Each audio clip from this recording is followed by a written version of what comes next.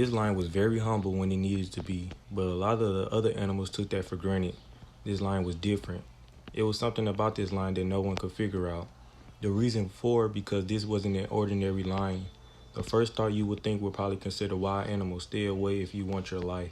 But this lion was selfless. This lion was very passionate about anything that it felt honored his soul. This lion took pride into whatever he done. A lot of the other animals didn't understand this, given that he was the king of the jungle, and with this lion not acting very lion of himself as the other animals would think, they wouldn't take him as serious as they thought they should have. So the lion would sacrifice himself for the other animals throughout the jungle so they could live and go on with their lives and run along to their families. Given that was a big sacrifice for the lion, he had to eat something. The lion always found his way around for food some way, somehow. He didn't prey on the animals in the kingdom nor enemies. The lion wanted everyone to be happy with themselves and just do as they please. The king of the jungle lion?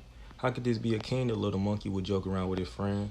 What makes him a king? I thought lions dominated their presence when putting fear into their enemies, making examples out of them for the other animals to fear for his dominance. This lion doesn't act like that at all.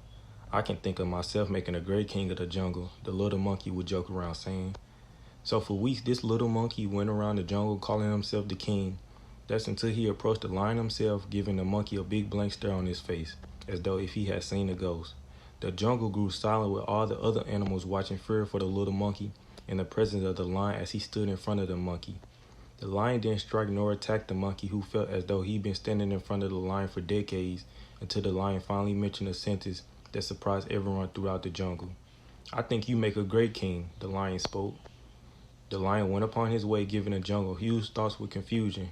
Time passed by with the situation, and the monkey found his way to the lion, apologizing for trying to make a mockery out of his position.